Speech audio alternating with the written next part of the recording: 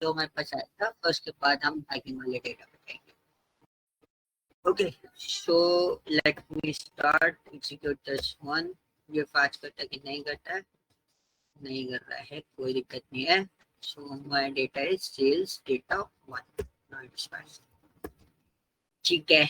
ये डीएफ था, सम of sales आपने निकाला था, प्रोडक्ट सेल्स ये हमने किया था सामने, है ना? ये सारी चीजें आपने बना दी थी। And this is the product, V dot add linear model आपने किया था, and unique data is this. अगर आपने ऑर्डर राइट की ड्रॉप करिए कॉलम में से, प्रोडक्ट के अंदर यूनिक प्रोडक्ट्स आपने आइडेंटिफाई करे, लेबल एनकोडर लगाया, प्रोडक्ट पे अलग लगाया,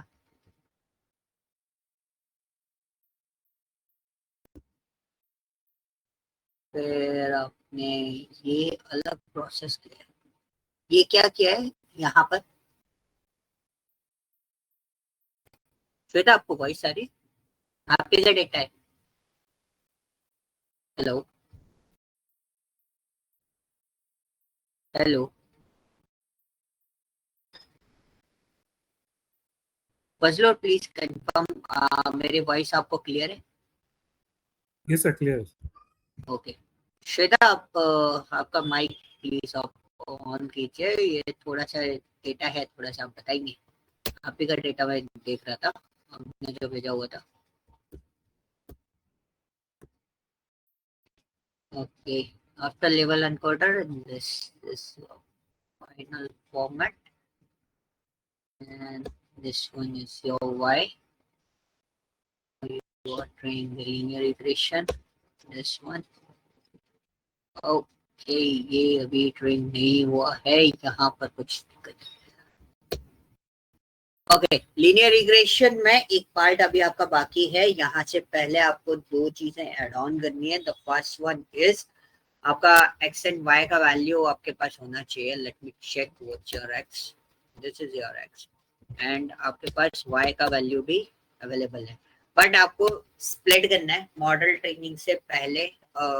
दोनों लोग आप लोगों को समझना है कि आपको डेटा स्प्लिट करना है। ये जो टोटल डेटा है वो आपका 1,85,000 समथिंग डेटा है, तो उसको आपको स्प्लिट करना पड़ेगा 80 एंड 20% डेटा के उसमें। देन उसके बाद जो आपका एक्स एंड वाई डेटा आएगा, after splitting you need to apply linear regression model on this. Then उसके बाद आप उसका स्कोर चेक भी कर सकते हो, और उसके बाद आप उसका प्रेडिक्शन मॉडल भी जनरेट कर सकते हो। और हर बार जरूरी नहीं है कि आपको सारे फॉर्मेट पे ही प्रेडिक्शन लेनी है, because I think each price और क्वांटिटी ऑर्डर से मेरे को कोई लेना देना नहीं है। I can analyse my data on the zip code basis, product and city.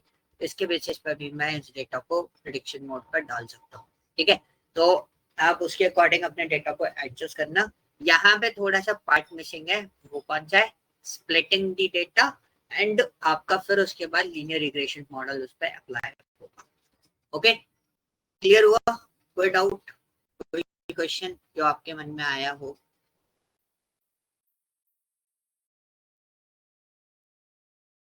और नो?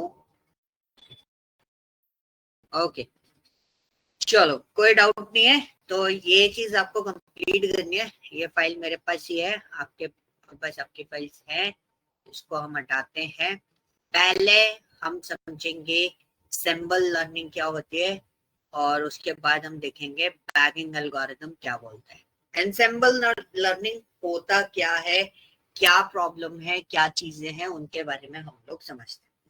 फर्स्ट ऑफ ऑल आपको मैंने डिसीजन ट्री पढ़ाया, रैंडम फॉरेस्ट हमने स्टडी किया, एसवीएम हमने स्टडी किया, लॉजिस्टिक रिग्रेशन हमने स्टडी किया। ओके, मैं बेसिकली क्लासिफायर फॉर्मेट पर बात कर रहा हूँ। तो मैंने 4 एल्गोरिथम अभी तक स्टडी कराए हैं आपको, ठीक है, क्लासिफायर फॉर्मेट पे। ये जो 4 एल्गोरिथम मैंने आपको बताई, ठीक है। सिंबल लर्निंग एक्चुअली होता क्या है? एक फॉर्मेट, एक थ्योरी क्या बोलते हैं कि जैसे कि हम लोग बात कर रहे थे, एक एग्जाम्पल हम लोग लेते हैं। एक एग्जाम्पल में एग्जाम्पल देख रहा था ऑनलाइन बैठा बैठा। सो मेरे पास काफी सारे एग्जाम्पल्स इकट्ठे हो गए कि एंसेंबल लर्निंग को हम कैसे कैसे समझा सकते हैं। तो सबसे इजीएस्ट वे होता है जो हमारे साथ एक्चुअली परफॉर्म हुआ होता है, उसी को देखते हैं रियल टाइम फेस पे। आफ्टर 12th एग्जामिनेशन हमारा रिजल्ट डिक्लेयर हो जाता है, या आफ्टर 12th हमें एग्जैक्टली कौन से कोर्स में एनरोल्ड करना है ये हमें डिसाइड करने में प्रॉब्लम आती है। This is the biggest problem in the. So basically हम लोग अपने इधर की बात करें तो इंडिया का सबसे बड़ा प्रॉब्लम क्या है कि 12th के बाद क्या करें वो हमें समझ में नहीं आता। यार यहाँ जाएं या ये भी कर सकते हैं। लाइक फॉर एग्जाम्पल मैं बीटेक वाला पर्सन हूँ, तो मैं बोलूंगा एक पर्सन है जो 12th कंप्लीट किया और वो चाहता है कि वो बीटेक में एडमिशन ले या फिर ना ले।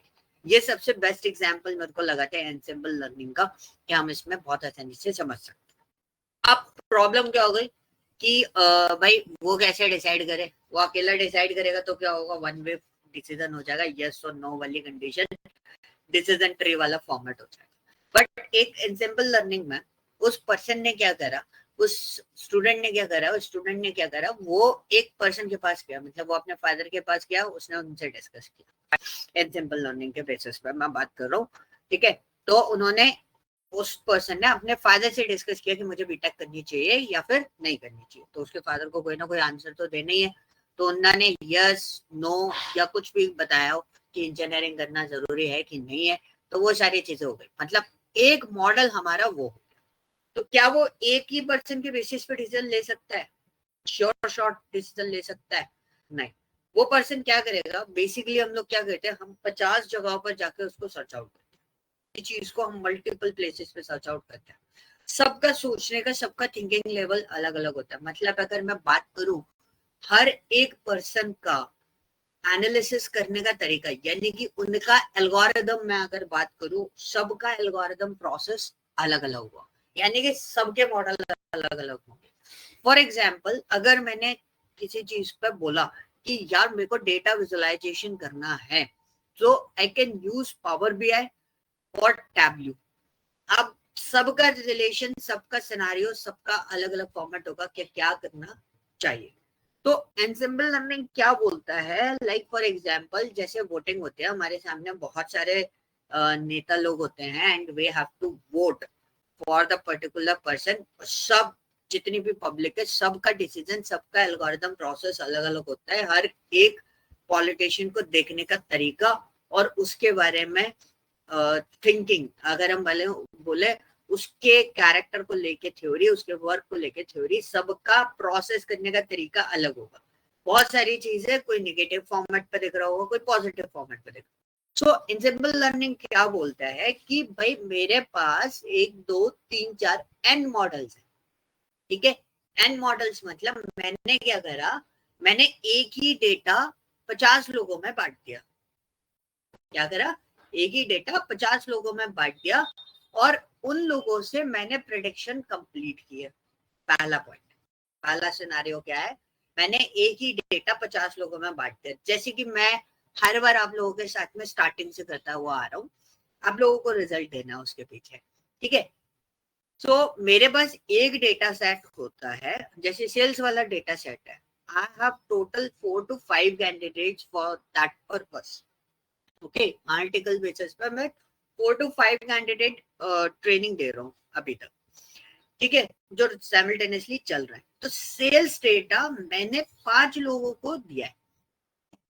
तो क्या हुआ, सब लोग अलग अलग तरीके से सोचेंगे, सबको अलग अलग तरीके से एनालाइज करना है, सब अलग अलग तरीके से सोच रहे हैं, सबका ऑब्जर्वेशन फॉर्मेट अलग अलग है, उस डेटा को देखने का एल्गोरिथम सबका अलग अलग। तो हमने वही चीज करी, हमने एक ही इनपुट डेटा सबको दे दिया और उसके बाद हमने उनको उनसे प्रिडिक्शन करने के लिए बोला। तो सबने अपना अपना एक एक प्रिडिक्शन किया।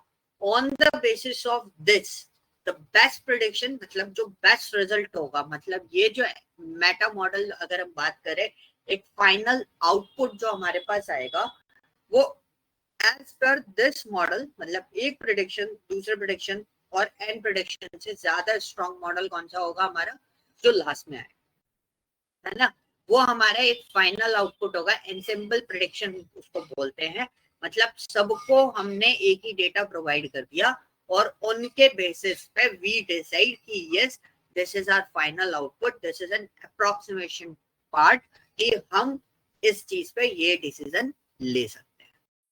पॉइंट समझ में आया? ये चीज क्लियर हुई? यस और नो?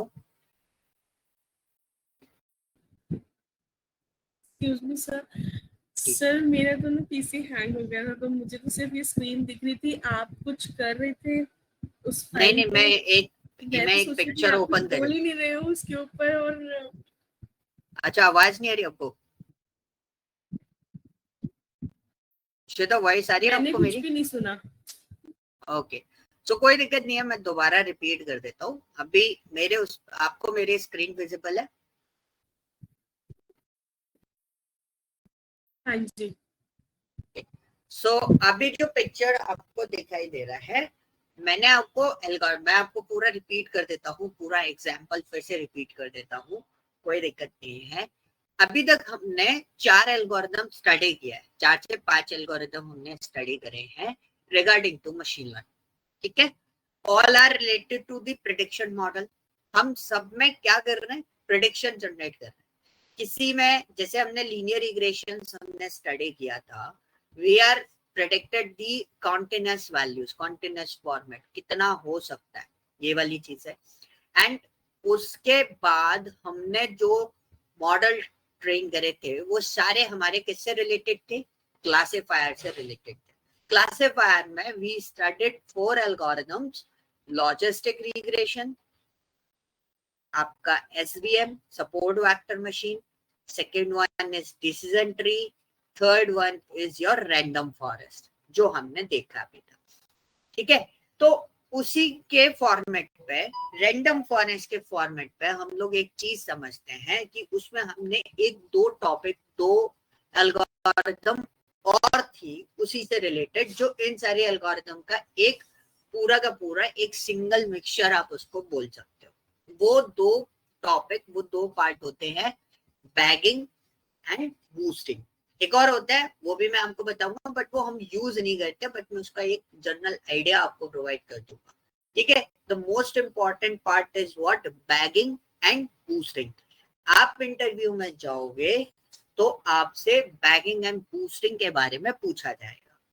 तो आज हम बैगिंग वाले पार्ट पे जाएंगे, बट बैगिंग से पहले हमें एक पार्ट स्टडी करना पड़ेगा, that is called ensemble learning. Ensemble learning क्या होता है उसके बारे में हम लोग डिस्कस कर रहे थे। तो मैंने एक 12th क्लास के स्टूडेंट का एक एग्जांपल लिया था। 12th क्लास के स्टूडेंट आफ्टर 12th, वो जो मेरा कैंडिडेट है, वो जो मेरा स्टूडेंट है, उसको क्या करना चाहिए for the graduation, under grade, या अपने कैरियर को लेके क्या डिसीजन लेना चाहिए। तो this is the most important part कि एनसेम्बल लर्निंग इसी चीज में हेल्प करती है, इसी टाइप के डिसीजन लेने में हेल्प आउट करती है। लाइक फॉर एग्जाम्पल, आप जब किसी कोर्स में एनरोल करते हो तो यू आर डिस्कसिंग, आप सेल्फ डिसीजन नहीं लेते कभी भी, you are discussing with the multiple peoples, ठीक है? बहुत सारे लोगों से आपने डिस्कस किया होगा, बहुत डोमेन एक्सपर्टाइज लोगों से भी डिस्कस किया होगा, अपने नियर बाय पर्सन से भी डिस्कस किया होगा, आप और जो ऑनलाइन सोर्सेस होते हैं उन उधर भी आपने डिस्कस किया होगा या देखा होगा, बहुत सारी चीजें आपने रिसर्च करी होगी। आफ्टर दैट, उसके बाद आपने डिसाइड किया होगा कि ये कोर्स में हमें एनरोल करना है या फिर नहीं करना है, ठीक है? So this is a part. So ensemble learning इसी चीज को बोलते हैं। लाइक फॉर एग्जाम्पल, वोटिंग वाला फॉर्मेट हम लोग इसको डिसाइड करें कि सबसे ज्यादा वोटिंग फॉर्मेट कहां पर आता है, किधर आ रहा है, किसको हम डिसाइड कर रहे हैं। So this is a part is called what? Ensemble learning, ठीक है? अब एनसेम्बल लर्निंग में पार्ट कैसे क्या होता है? लाइक फॉर एग्जाम्पल, मैं ट्रेनिंग दे रहा हूँ, ठीक है? आई ट्रेन अप्रोक्सीमेटली, मैं पूरे मंथ में अप्रोक्सीमेटली 50% को ट्रेन करता हूँ, ठीक है? 50% को मैं ट्रेन कर रहा हूँ, तो मैंने क्या करा, मैंने अपनी ट्रेनिंग या जो मैं आपको पिच कर रहा हूँ, जैसे आप लोग मुझे फीडबैक देते हो, आप मुझे सजेशन देते हो कि मेरे को रिटर्न नोट्स चाहिए किसी चीज, आपने एक बार फजलुर ने मेरे को सजेशन दिया कि एक सिक्वेंशियल लिस्टिंग भी हमारे को मिल जाए तो और अच्छा रहेगा. So this is called what, feedback. तो मैंने एक ही डेटा सबको प्रोवाइड किया, मतलब ये स्टूडेंट 1 है, ये स्टूडेंट 2 है, ये n स्टूडेंट मेरे पास अवेलेबल है.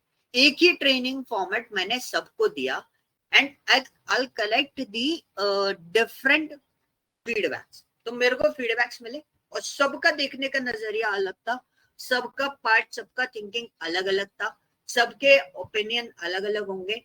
And I decide on the basis of this production format, मैंने एक मेजॉरिटी फॉर्मेट कलेक्ट किया और इसी प्रोसेस को हम क्या बोलते हैं, एनसेम्बल लर्निंग बोलते हैं. तो हमने सबका एक प्रोसेस कलेक्ट किया एंड आई थॉट कि यस, ये मेरे लैक पॉइंट्स हैं जिनको मुझे कवर अप करना है and I generate some improved model. उसके बाद मेरा जो स्कोर था, मतलब मेरा जो एक्यूरेसी स्कोर है या फिर मेरा जो पिच करने का स्कोर है, वो मेरा इंक्रीज होगा. Okay, this process is called what, ensemble learning.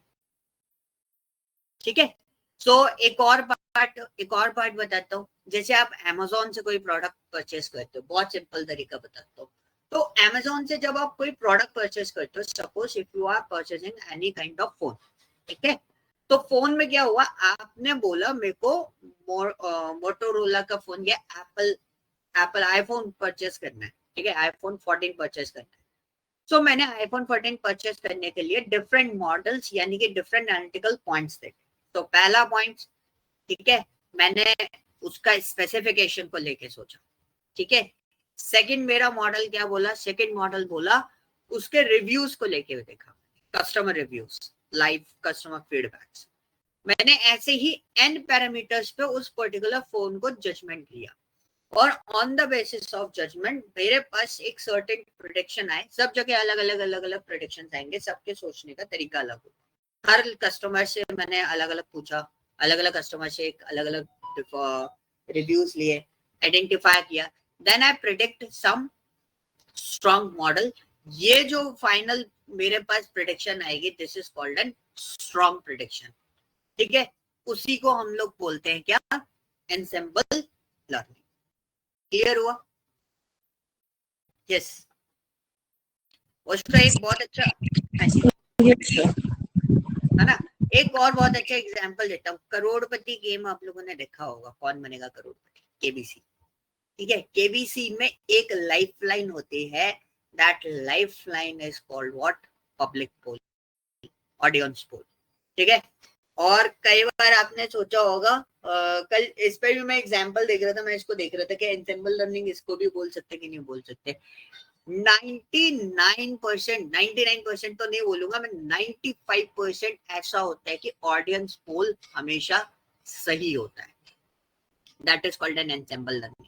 एक ही क्वेश्चन मैंने 100-150 लोगों को बांट दिया और मैंने बोला इसका आंसर दे दो, और तो मेरे पास 95% चांसेस है जो मेरे को पूरी ऑडियंस ने बताया है वो मेरा 95% करेक्ट आंसर होगा.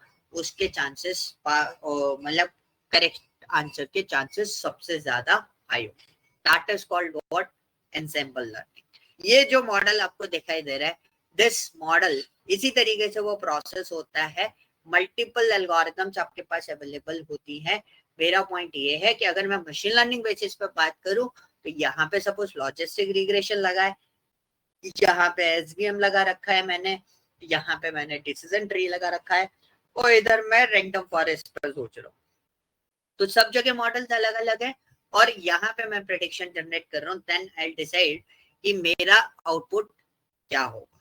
ठीक है, तो यहाँ पे क्या होगा, एक स्ट्रॉन्ग डिसीजन, एक स्ट्रॉन्ग प्रेडिक्शन मॉडल आपके सामने निकल के आएगा. ठीक है, ये होता है क्या, एनसेम्बल लर्निंग. और दूसरा एक और चीज कर सकते हैं. अभी हम लोग क्या कर रहे थे, यहाँ पे ऐसा फॉर्मेट नहीं है, बट इसको भी आप ट्राई करोगे, इट्स वर्किंग. मैंने ट्राई करके देख चुका हूँ. अभी बैगिंग में मैं आपको ट्राई करके भी बता दूंगा डायबिटीज वाले में. हालांकि जो एल्गोरिथम डिसीजन ट्री हम उसमें यूज कर रहे हैं, बट वो आउटपुट नहीं दे रहा प्रॉपर. स्कोर बहुत कम है as compare to other algorithms, हमें और एल्गोरिदम्स उसमें देखनी पड़ेंगी, उसके बेसिस पे हम डायग्नोसिस फॉर्मेट है वो, तो एल्गोरिदम चेंज करके काम करना पड़ेगा। ठीक है, तो एक और चीज हमने ये काम करा था, तो एक और चीज मेरे दिमाग में आई कि भाई अगर मैं सेम इनपुट सबको दे रहा हूँ तो डिसीजन जाना यानी कि डिसीजन फॉर्मेट कितना होगा, हाईएस्ट एक्यूरेसी होगी। बट डेटा सेट में तो ऐसा नहीं होता, करोड़पति के गेम में कर सकता हूँ मैं, मेरे पास एक सिंगल क्वेश्चन है, मैंने सबको बांट दिया वही सिंगल क्वेश्चन, तो आई कैन डिसाइड कि हाँ उसमें मेरे पास 95% चांसेस है कि करेक्ट आंसर आ जाए।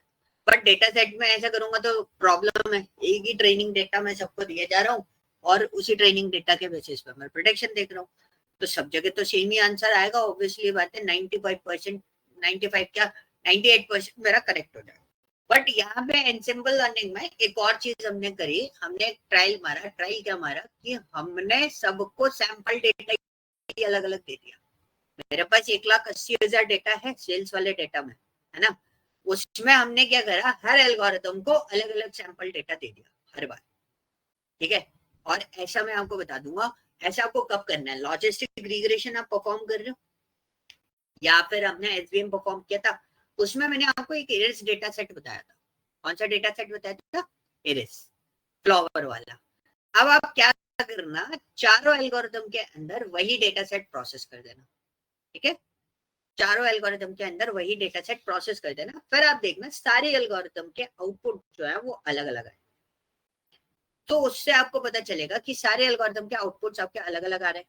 तो on the basis of this you can decide which algorithm is good. तो अब उस फॉर्मेट पे क्या होगा कि आपके पास अलग अलग डेटा आ रहे हैं and you just collecting all the data. अब वो सारे एल्गोरिथम आप किसमें लगा सकते हो, रैंडम फॉरेस्ट के अंदर भी अप्लाई कर सकते हो, random forest is kind of thing multiple decision tree, तो उस फॉर्मेट पे भी आप इसको सोच सकते हो, मतलब एक एनसेम्बल लर्निंग का प्रोसेस बता रहा हूँ। ठीक है, ये भी एक पार्ट हो सकता है। सो ये जो मैंने थ्योरी आपको समझाई, this theory is called what, ensemble learning. Okay, bagging और बूस्टिंग समझने से पहले इसका क्लियर होना बहुत जरूरी है। अब आपने जैसे क्लासिफायर स्टडी करे थे, कौन कौन से, रैंडम फॉरेस्ट, लॉजिस्टिक, आपका एसवीएम, आपका next part is what, decision tree. उसी के पोर्शन में आपके पास एक और क्लासिफायर आता है, that classifier is called what, bagging. ठीक है, मैंने फोटोग्राफ्स कहीं से रेफरेंस में उठा रखे, तो उनके बेसिस पे आपको समझना। बैगिंग क्या करता है, बैगिंग डिफरेंट, बैगिंग के पास डिफरेंट मॉडल, इसमें भी वही चीज। बैगिंग क्या करता है, बैगिंग एनसेम्बल लर्निंग का ही एक पार्ट है। Bagging classifier is a type of ensemble learning, एक तरीके से आप बोल सकते हो। सो इसमें you can see there is different type of, जो मैं आपको अभी प्रोसेस बता रहा था ना, अलग अलग डेटा देना, सबको सैंपल ही अलग अलग दे दिया मैंने। ठीक है, तो उसके बेसिस पे आई कैन डिसाइड। तो bagging is what where we can divide the multiple base model. तो एक मॉडल मैंने दूसरा यूज कर लिया, दूसरा मॉडल अलग यूज कर लिया, तीसरा मॉडल अलग यूज कर लिया, तो बैगिंग इस चीज को बोलते हैं। तो हमने क्या करा, हमने ये हमारे पास डेटा था, ठीक है, तो ये प्रोसेस है, यही प्रोसेस में अभी आपके साथ में प्रोसीड करूंगा। पहले मैं डेटा सेट दिखाऊंगा, देन उसके बाद प्रोसेस। तो ये मेरा डेटा था, जो मैं आपको प्रोसेस समझा रहा था, वही प्रोसेस मैं इस बैगिंग में अप्लाई कर रहा हूँ। तो हमने बैगिंग में क्या किया कि सिंबल लर्निंग का डायग्राम अगर आप देखोगे तो हम एक ही डेटा सबको शेयर कर रहे थे, राइट।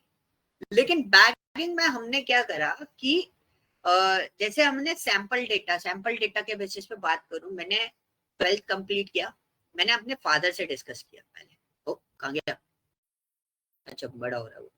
मैंने अपने फादर से डिस्कस किया, तो फादर को सैंपल्स मैंने अलग अलग दिए कि ये मेरे पास ऑप्शन है। फिर मैंने अपने ब्रदर से डिस्कस किया, तो मैंने उनको अलग सैंपल्स दिए, तो ये सैंपल अलग है।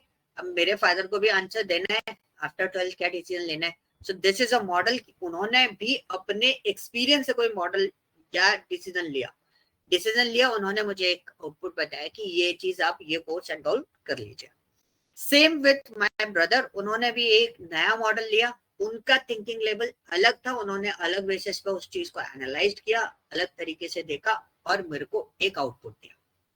ठीक है, फिर मैं कॉलेज के बाहर चला गया, एक इंजीनियरिंग कॉलेज के बाहर, एंड इंजीनियरिंग कॉलेज के बाहर मैंने फिर सैंपल सबको अलग अलग देना स्टार्ट कर दिया और मैंने बहुत सारे लोगों से डिसीजन पूछे, मतलब सबके मॉडल्स अलग अलग हो गए, सबको मैं सैंपल्स अलग अलग दे रहा हूँ, सबको अलग अलग सिनेरियोस बता रहा हूँ, सबके पास डेटा मेरा ही है, डेटा क्या है, ग्रेजुएशन करना, बट मैंने यहाँ पे 2 ऑप्शन रखे थे, यहाँ 3 रख दिए, यहाँ 4 रख दिए, मेरे पास सैंपल्स, रैंडम सैंपल सबको देता जा, सबने अलग अलग मॉडल फॉर्मेट लिए, and on the basis of final एक आउटपुट मेरे पास एक वोट जनरेट हुआ, and on the basis of this vote I can decide which is the best outcome for me.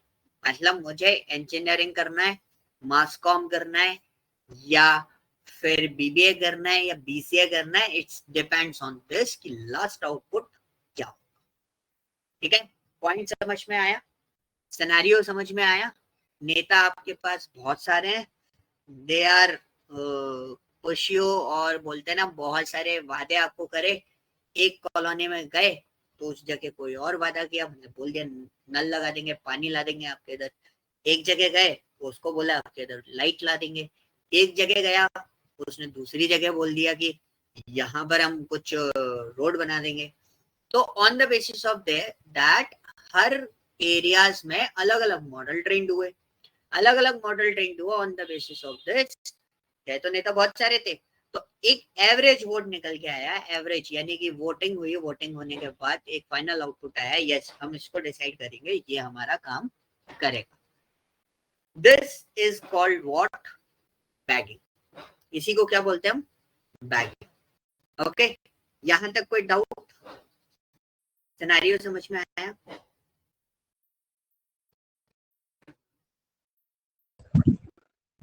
Yes, no sir, कोई doubt.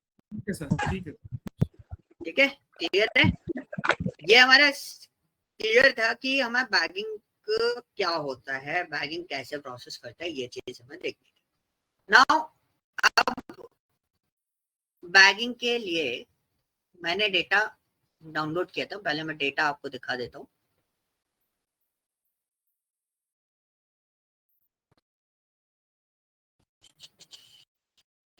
ये this is my data, और data में क्या है, ये प्रेगनेंसीज है, ठीक है, कितनी बार है, और ये हमारा ग्लूकोज है, ये हमारा ब्लड प्रेशर है हर पेशेंट का, स्किन थिकनेस है हर एक की, इंसुलिन किस किस को देना पड़ता है, ये हर एक का इंसुलिन का फॉर्मेट है, ये बीएमआई है, ये इनके डायबिटीज पेडिग्री फंक्शंस है,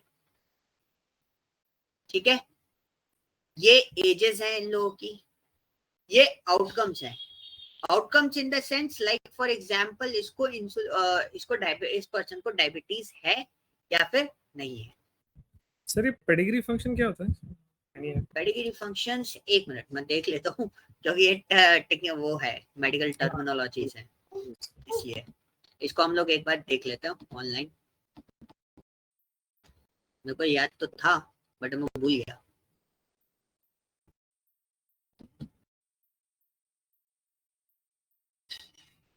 इसको सर्च कर लेते हैं, pedigree function in this.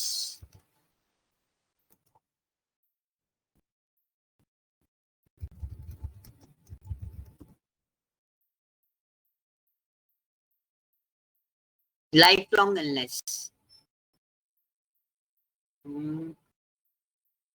type of I think diabetes pedigree function.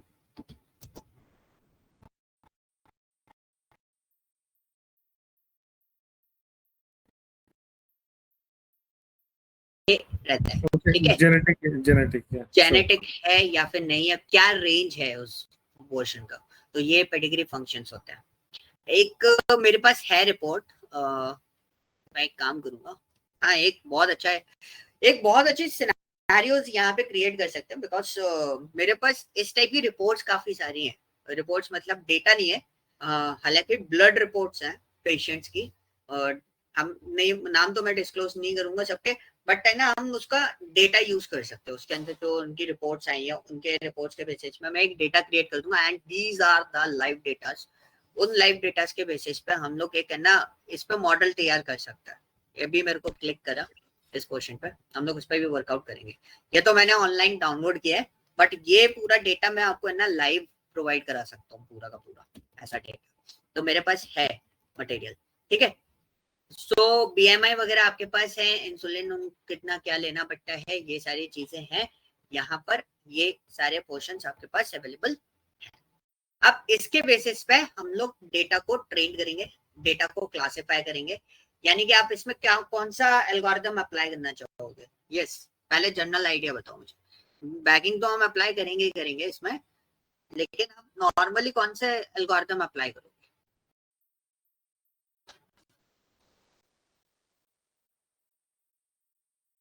Hello, हाँ सर, कुछ पूछा आपने? हाँ जी, अभी जैसे हमारे पास ये डेटा अवेलेबल है, हमें आइडेंटिफाई करना है कि अगर आपका इस तरह का पेडिग्री फंक्शंस है, या आपका बीएमआई ये है, आपका स्किन थिकनेस ये है, ग्लूकोज लेवल ये है, ब्लड प्रेशर लेवल ये है, on the basis of that we need to classify कि उस पर्सन को डायबिटीज होने के चांसेस, डायबिटीज है या फिर नहीं है। तो हमें ऐसा कौन सा मॉडल, कौन कौन से मॉडल्स हम लोग यूटिलाइज कर सकते हैं फॉर द क्लासिफिकेशन, क्योंकि हमारे पास 4 मॉडल तो है ही अभी। तो आपके अकॉर्डिंग कौन सा, अगर हमें कोई मेडिकल डायग्नोसिस करने होते हैं तो हमें कौन से मॉडल्स, कौन से एल्गोरिथम्स हमें ज्यादातर फोकस पॉइंट पे रखने चाहिए। तो जब भी मेडिकल डायग्नोसिस की बात आती है गाइस, तो हमारे 2 मॉडल सबसे ज्यादा वर्कआउट करते हैं। First of all decision tree, second one is random forest. ठीक है, अब उसी के अंदर हमने बैगिंग भी अप्लाई किया। बैगिंग में बैगिंग अप्लाई करने के लिए क्वेश्चन क्या है कि हम नॉर्मली उसमें वो नहीं ले सकते डिसीजन।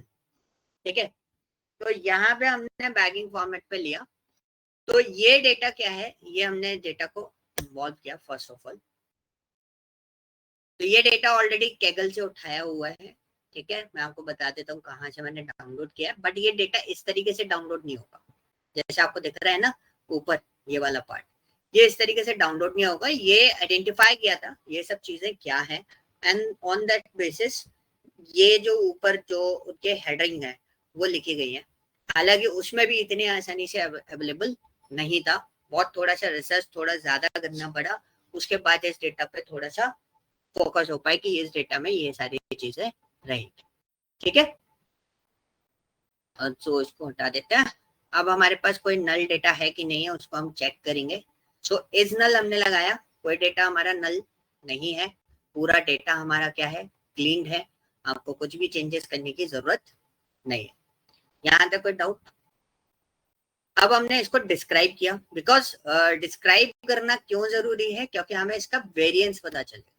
वेरिएंस मतलब कितना ज्यादा स्प्रेड है डेटा, उसका वेरिएंस 3.3, मतलब इतना ज्यादा स्प्रेड नहीं है डेटा, हम बहुत आसानी से उसमें आइडेंटिफाई कर सकते हैं। लेकिन इंसुलिन का डेटा देखो बहुत ज्यादा स्प्रेड है।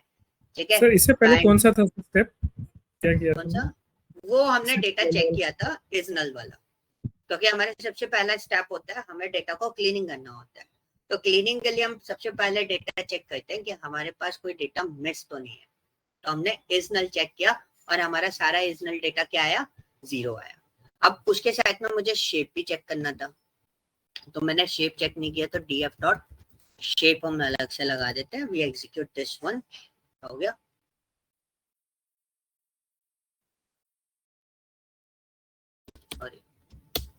ठीक है, 786 और 9 कॉलम्स, 786 पूरा डेटा है और 9 कॉलम्स है उसके अंदर। ओके, और कॉलम्स का भी डेटा देखना है आपको, तो कॉलम्स का भी डेटा बता देते हैं, df डॉट कॉलम्स हमें देखना। So these are the columns जो हमारे पास अवेलेबल है पूरे का। ठीक है, सो फिर हमने उसको डिस्क्राइब किया। डिस्क्राइब में हमने इसमें देखा कि क्या वेरिएंस क्या आ रहा है। तो यू कैन सी इंसुलिन में ही वेरिएंस सबसे ज्यादा हाई है, बाकी कहीं भी आपका वेरिएंस ज्यादा हाई नहीं है। तो स्टैंडर्ड डेविएशन ज्यादा होता है तो प्रॉब्लम होती है या कम होता है तो प्रॉब्लम होती है? याद है स्टैंडर्ड डेविएशन या फिर भूल गए? यस, तो ज्यादा होगी तो प्रॉब्लम होगी ना। ज्यादा होगी तो प्रॉब्लम होगी, करेक्ट, क्योंकि ज्यादा होगी तो उसका मतलब क्या होगा, डेटा बहुत ज्यादा स्प्रेड आउट है। ठीक है, तो इतना ज्यादा स्प्रेड आउट फॉर्मेट हमें नहीं मिल रहा है, बहुत आसानी से अवेलेबल है, कोई दिक्कत नहीं है। अभी हम आगे चलते हैं। टोटल आउटकम्स कितने हैं? आउटकम्स कौन से हो गए? जो हमारा लास्ट कॉलम है, मतलब जो हमारा 0 1 वाला फॉर्मेट है, उसमें टोटल आउटकम्स कितने हैं। तो हमने एक टोटल काउंट निकाला। नॉर्मली टोटल आउटकम्स कितना निकला? 0 हमारे पास कितना है, 500 जीरोस हैं, मतलब 0 मतलब फॉल्स एंड 1 मतलब ट्रू। 268 हमारे पास ट्रू है। ठीक है, तो अभी हमारे पास डेटा है ना, वैसे तो अगर हम बात करें तो इम्बैलेंस तो है ही। ठीक है, इम्बैलेंस किस बेस पर बोल रहे हैं हम लोग उसको? बायस फॉर्मेट पे जा रहा है, मतलब डायबिटीज ना होने वाले लोग कितने हैं? 500 हैं। वहीं पर हम डायबिटीज वाले पेशेंट्स को कितना देख रहे हैं? 50 पेशेंट ऐसे हैं जो हमारे डायबिटीज वाले हैं। ठीक है, अब हम आते हैं ट्रेन एंड टेस्ट। जो मैं हमेशा बोलता हूँ कि भाई इसको हमें स्प्लिट करना होता है, तो उससे पहले हमने क्या करा, आउटकम ड्रॉप करके बाकी सारा डेटा हमने एक्स उसमें ले लिया, मतलब प्रेगनेंसी से लेके एज तक का सारा डेटा हमारा एक्स में जाएगा, और आउटकम जो है वो हमारा किस में चला जाएगा? वाई में चला जाएगा। तो हमने ये डिवीजन दे दिया। तो ये स्केलर फिट किया था। स्केलर फॉर्मेट क्या होता है, इसको अभी स्किप कर दो, स्केलर आपको करने की जरूरत नहीं है। अगर आप स्केलर करना चाहते हो तो स्केलर में क्या होता है कि जो वेरिएशन आता है, ठीक है, वेरिएशन जो आता है एक अच्छा, स्केलर और वेक्टर पता है? Any idea?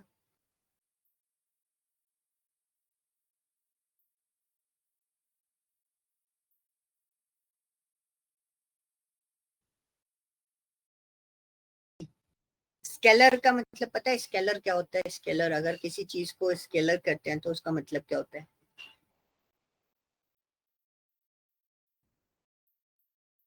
देखो क्या होता है, जैसे अगर आप इस डेटा को देखोगे तो कहीं कहीं डेटा हमारा बहुत ज्यादा फ्लक्चुएट है। बहुत ज्यादा फ्लक्चुएट मतलब कोई वैल्यू एक वैल्यू से बहुत ज्यादा डिफरेंट फॉर्मेट पर जा रही है, इसको बोलते हैं हम फ्लक्चुएशन। उस फ्लक्चुएशन को कंट्रोल करने के लिए we are using scaler, scaler fitting. ठीक है, सर ट्रांसफॉर्म जैसे करते हैं उस टेम्परेचर, डेटा को। हाँ जी, जैसे टेम्परेचर वैल्यूज में भी। मतलब जैसे फ्लक्चुएटिंग अगर हम बात करें, एक वैल्यू 94 है, एक वैल्यू 168 है। ठीक है, यहाँ पे आप वैल्यू देखोगे 0.627 है, एक वैल्यू कितनी जा रही है? 2.28 जा रही है। एक फॉर एग्जाम्पल, जैसे अगर रिव्यू रेटिंग आती है हमारी, एम्प्लॉय रेटिंग जो आती है हमारी कंपनीज के अंदर, 5 में से यस। एक रेटिंग हमारे पास आती है ना। So we have 31 employees, suppose मेरे पास 31 एसोसिएट्स हैं, रिसोर्सेज हैं, और मुझे उन रिसोर्सेज को हम लोग एक टर्मिनोलॉजी यूज करते हैं, that terminology is called what? Score card. ठीक है, स्टैंडर्ड वर्ड है, हमारी कंपनी में स्कोर कार्ड ही बोलते हैं, या परफॉर्मेंस एनालिसिस भी बोलते हैं हम उसको। तो क्या होता है ना, एक मेरे पास एक्स रिसोर्स है जिसने प्रोजेक्ट P1 में 90% दिया अपना, ठीक है, 90% वर्कआउट किया, और P2 प्रोजेक्ट में 3% वर्कआउट किया, P3 प्रोजेक्ट में रिमेनिंग जो 7% है हमारा वो वर्कआउट किया। ऐसे एक मेरे पास रिसोर्स है जिसने P1 P2 P3 में इक्वल वर्कआउट किया। ठीक है, तीनों में इक्वल वर्कआउट किया। अगर मैं P1 प्रोजेक्ट के बेसिस पे रेटिंग निकालूंगा एक्स और वाई की, तो क्या होगा? Yes, which one is the best performer? आपके अकॉर्डिंग कौन बेटर परफॉर्मर होगा? जो उस प्रोजेक्ट को, अगर मैं नॉर्मली आपसे बोलूं एक जनरल आइडिया, एक तो सब्जेक्ट में आप 90% मार्क्स, 90% आप काम कर रहे हो, और एक सब्जेक्ट में आप 30% काम कर रहे हो, एक्स 90% काम कर रहे हो उसी सब्जेक्ट में आप 30% काम कर रहे हो, तो दोनों में से कौन बेटर होगा?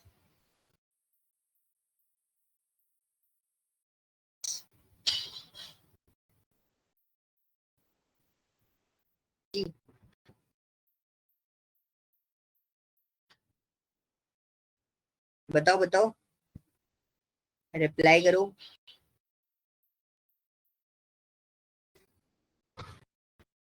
हेलो सर रिपीट करना अपना क्वेश्चन एक बार।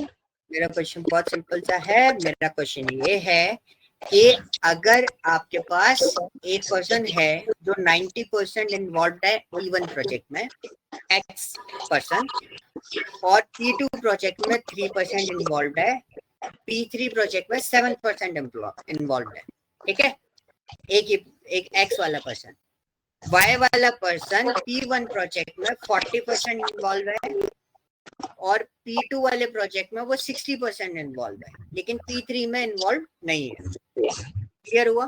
2 पर्सन है हमारे पास। अब मेरे को उनका परफॉर्मेंस एनालिसिस करना है कि कौन सा बेटर परफॉर्मर है, कौन सा रिसोर्स मेरा बेटर परफॉर्मर है, तो मैं कैसे एनालाइज करूंगा? आप कैसे सोचोगे उसके बारे में? सर जिसका बेटर एवरेज होगा अक्रॉस द प्रोजेक्ट्स। यस, मतलब हम लोग क्या करते हैं, उनके प्रोजेक्ट्स को नॉर्मलाइज कर देते हैं, ठीक है। नॉर्मलाइजेशन प्रोसेस क्या होता है, ये जो मैंने प्रोसेस किया है, नॉर्मलाइजेशन प्रोसेस क्या होता है कि हम उसका स्टैंडर्ड डेविएशन जो है वो रिड्यूस मार देंगे और इंश्योर करेंगे कि उन दोनों का स्केल ऑलमोस्ट सिमिलर हो जाए, ठीक है, ऑलमोस्ट क्या हो जाए, सिमिलर हो जाए, मतलब एक फॉर्मेट पे आ जाए, एक स्केलर फॉर्म पे आ जाए, देन वी कैन डिसाइड कि which one is better, ठीक है। तो स्टैंडर्ड स्केलर क्या करता है, ये एक नॉर्मलाइजेशन फॉर्म होता है, यानी कि मैं आपको एक ग्राफ आपको दिखाता हूँ जिसको हम बोलते हैं, मैंने स्टार्टिंग में डिस्कस किया था, बेल कर्व, मैंने गलत लिख दिया उसका स्पेलिंग का नाम, उसको बोलते हैं बेल कर्व। तो मैंने आपको एक पार्ट यहाँ पे बताया था कि जब आप इस डेटा को देखोगे, डेटा तो बहुत सारा है, ठीक है, स्प्रेड भी बहुत सारा होता है, बट हम क्या कर रहे हैं, हम स्केलर करने से क्या करेंगे, जो डेटा इस मिड में आ रहा होगा सिर्फ उसी डेटा को एनालाइज करेंगे और किसी डेटा को हम नहीं लेते, मतलब नॉर्मलाइज कर देते हैं, सारा डेटा एक सिमिलर पैटर्न पे अरेंज हो जाएगा, then we can decide which one is the better, ठीक है, मतलब डिस्ट्रीब्यूशन ऐसा हो कि उनके बीच में डिफरेंसेस ना हो, मतलब अगर मैं स्टैंडर्ड डेविएशन कैलकुलेट करूं तो स्टैंडर्ड डेविएशन 0 to 1 के बीच में होना चाहिए, ठीक है। तो उससे क्या होगा, जितना भी आपके पास 1 लाख या 2 लाख डेटा है वो डेटा ऑलमोस्ट एक दूसरे के सिमिलर होगा। तो जब भी आप इसका स्केलर परफॉर्म करोगे, यानी कि स्टैंडर्ड स्केलर फॉर्म में लेके आओगे, उसको फिट करोगे उस डेटा को, तो you can C x data जो है वो आपका एक स्टैंडर्ड फॉर्मेट में आ गया, -1 to 0 to 1 के बीच में।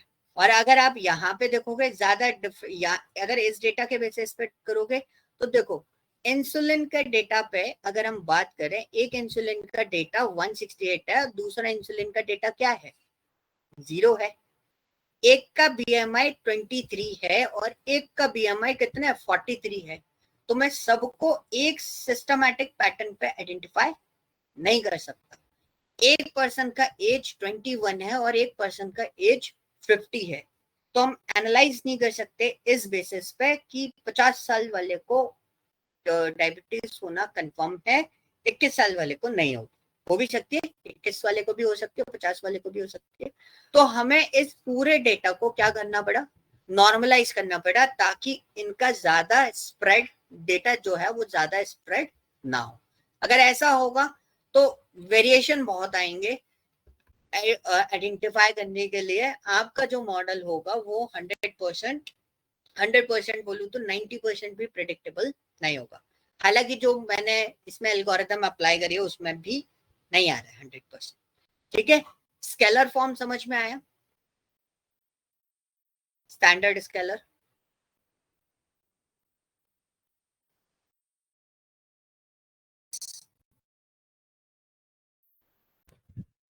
सब थोड़ा क्लियर नहीं है सर एक्चुअली।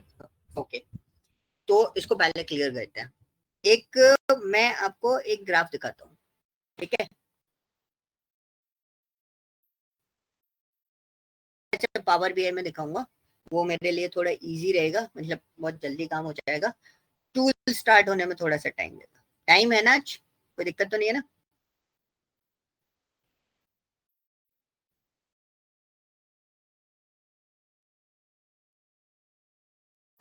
हम एक काम करते हैं,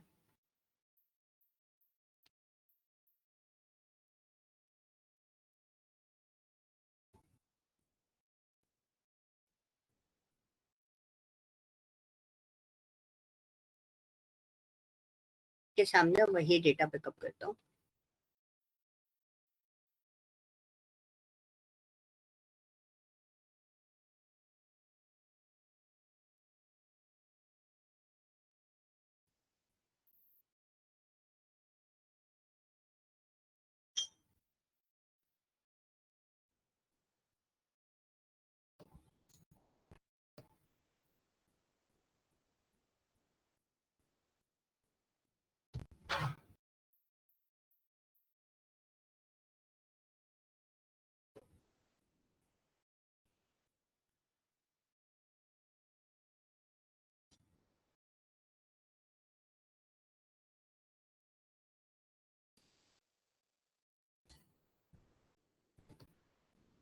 ठीक है, ये हमारा हम एक डेटा डाल रहे हैं। हमने क्या करा, हम हमारा इंसुलिन का डेटा डाला हमने वाई एक्सिस में, और आउटकम का है, आउटकम ये sir this is as an example, या फिर हम power BI side by side करेंगे कैसे? नहीं, साइड बाय साइड नहीं, ये मैं सिर्फ एग्जांपल बता रहा हूँ आपको, क्योंकि ठीक है। वैल्यू का जो डिफरेंसेस आता है ना वो आपको इसमें समझ में आएगा।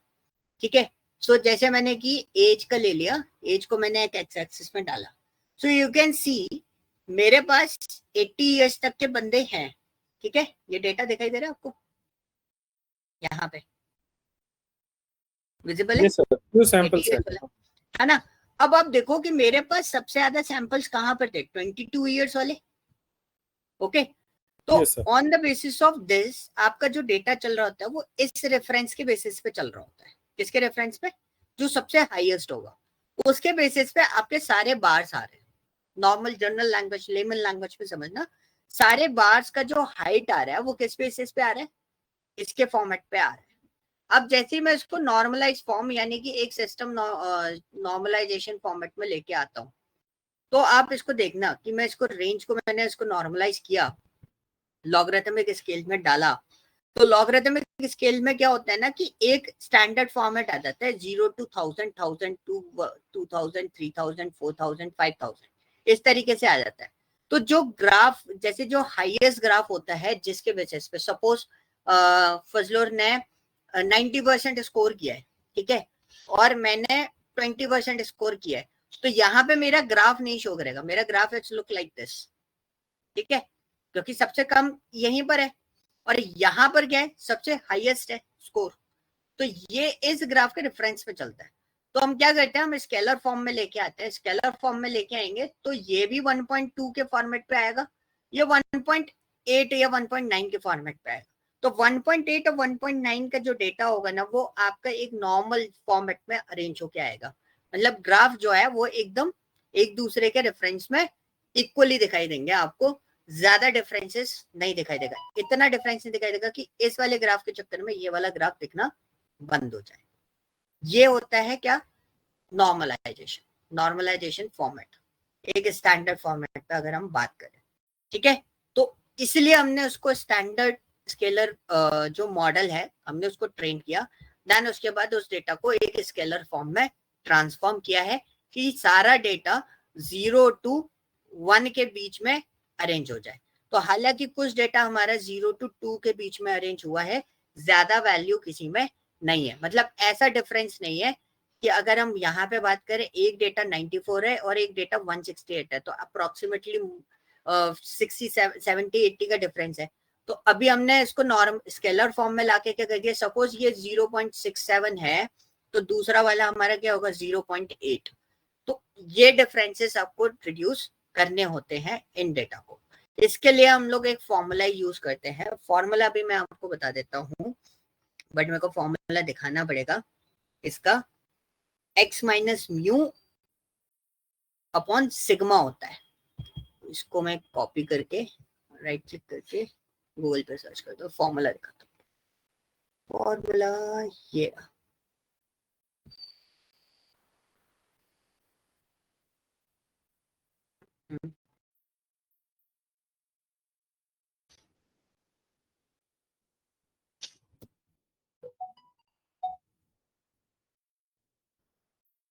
ठीक है। दिस इज योर फॉर्मूला कि जब भी आपको किसी भी डेटा को स्केलर फॉर्म पे ले जाना होता है, उस डेटा के पीछे ये पूरा कैलकुलेशन वर्कआउट करता है। Okay, the formula of standard scaler is xi। xi is what, her observation की बात कर रहे हैं। xi stands for what, her observation, एक एक ऑब्जर्वेशन का, माइनस x मीन, मतलब उस पूरे कॉलम का मीन डिवाइडेड बाय उस पर्टिकुलर कॉलम का स्टैंडर्ड डेविएशन से डिवाइड कर दो। So it adjust the mean as 0। तो मतलब उसका जो मीन फॉर्मेट जो रहेगा, या अगर हम बात करें उसको, जो उसकी जो वैल्यू होगी वो 0 से 1 के बीच में ले आएगा। तो मतलब जो आउटलायर्स आपके जा रहे होंगे, जैसे ये आउटलायर मेरा जा रहा है, कहाँ जा रहा है, कौन सा आउटलायर, इसमें अगर मैं बात करूं, यहाँ पे आउटलायर कौन सा जा रहा है, 168 आउटलायर जा रहा है।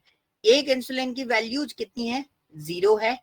एक इंसुलिन की वैल्यू कितनी जा रही है मेरी, 168 जा रही है। तो 0 की जगह आप देखोगे, स्कैटर्ड फॉर्म डाल के देखना इसको, 0 की जगह उसका एक फॉर्मेट कितना जाएगा, काफी दूर जा रहा है ये वैल्यू। तो अगर आप इसका स्केलर स्टैंडर्ड करते हो, सॉरी स्टैंडर्ड स्केलर निकालते हो, यानी कि नॉर्मलाइजेशन पे लेके आते हो, तो जो आपके आउटलायर्स अफेक्टेड हो रहे होंगे वो सारे के सारे एक स्टैंडर्ड फॉर्मेट पे आ जाएंगे। अभी क्लियर हुआ थोड़ा सा पार्ट? अगर नहीं हुआ तो मैं कैलकुलेशन परफॉर्म करके बता देता हूँ। चलो एक बार देख लेते हैं हम। तो यहाँ पे आपको कैलकुलेशन परफॉर्म करके बता देता हूँ। मेरी इंसुलिन वाले डेटा का ले लेता हूँ। सो मैं इसको मैनुअल कैलकुलेशन यहाँ पे बना देते हैं। आपको विजिबल नहीं हो रहा होगा, अब विजिबल होगा। ये मेरा इंसुलिन या बीएमआई को ले लेते हैं। बीएमआई डेटा मेरे पास अवेलेबल है, मैं यहाँ पे लेके आया एंड इसको मैं एक नाम दे देता हूँ बीएमआई, जिसे मैं इजीली कैलकुलेट कर सकूं। तो मेरा हर ऑब्जर्वेशन इज 34 समथिंग, और मेरे को सबसे पहले क्या निकालना है, मीन। मीन निकालेंगे तो क्या लिखेंगे, मीन, और मीन क्या है, बीएमआई। इसमें मीन नहीं होता ना, एवरेज होता है ना। ये हमारा है 31, ठीक है। और अब हम निकालेंगे स्टैंडर्ड डेविएशन। तो स्टैंडर्ड डेविएशन हम पूरा निकालना है, एसटीडी, ठीक है। और किसका निकालेंगे, बीएमआई का। तो कितना आया, 7.87। अभी मैंने पूरे का निकाला है, मैंने पार्ट का नहीं निकाला। मैंने किसका निकाला है, मैंने पूरे का निकाला है, पार्ट का नहीं निकाला, पूरे का निकाला। अब मेरे को क्या निकालना है, हर ऑब्जर्वेशन के बेसिस पे एक फॉर्मूला फिटअप करना है। तो मेरा फॉर्मूला क्या है, फॉर्मूला है xi minus x mean divided bye x standard deviation. अब उसके बेसिस पे अगर मैं हर एक बीएमआई को कैलकुलेट कर दूं, तो मैंने क्या करा, दिस इज माय xi या बीएमआई माइनस, ब्रैकेट में रखना पड़ेगा, ब्रैकेट में रखते हैं बीएमआई माइनस, गलत ब्रैकेट लगा दिया था, BMI माइनस क्या लिखेंगे, मीन। तो मीन का है ये रहा, bracket divided by standard deviation, enter करा, दीज आर द वैल्यूज। अभी आप जितनी भी वैल्यूज देखोगे वो सारी वैल्यूज आपकी, ये एक नॉर्मलाइजेशन फॉर्म क्रिएट हो गया। अब आपकी वैल्यू में ज्यादा वेरिएशन नहीं है, आपकी कोई भी वैल्यू ज्यादा हाईएस्ट वेरिएशन पे नहीं जा रही है। मैक्स टू मैक्स 3 तक वैल्यूज होंगी हाईएस्ट वैल्यू। अगर आप इसमें भी देखना चाहते हो, इसको भी हम एक नाम दे देते हैं, दिस इज माई STDS, इसको ये दे देते हैं। मैं मैक्सिमम वैल्यूज इसकी निकाल देता हूँ, which one is the maximum values, equal to max bracket STDS, this is the maximum value, and what is the minimum values, equal to min and STDS, this is the minimum। तो इससे ज्यादा आपका variance नहीं आएगा।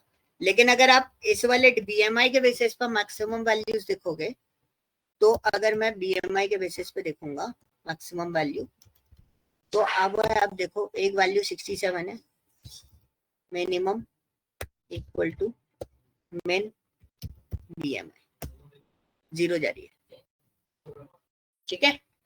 तो ये जो variation आ रहा है ना, ये वेरिएशन आपका क्या हो गया, रिड्यूस हो गया। अब 0 भी 0 नहीं है, उसका भी एक सर्टेन फॉर्मेट आपके पास आएगा। ओके, अभी क्लियर हुआ? यस, हेलो, हाँ जी,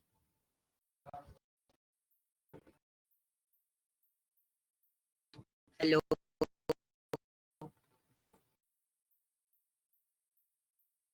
सर मैंने तो सुना नहीं, वो पावर कट था, तो I will just go through the recording again for the last part. Okay okay, ठीक है। सो बेसिकली मैं आपको एक ये रिकॉर्ड तो हो ही गया है।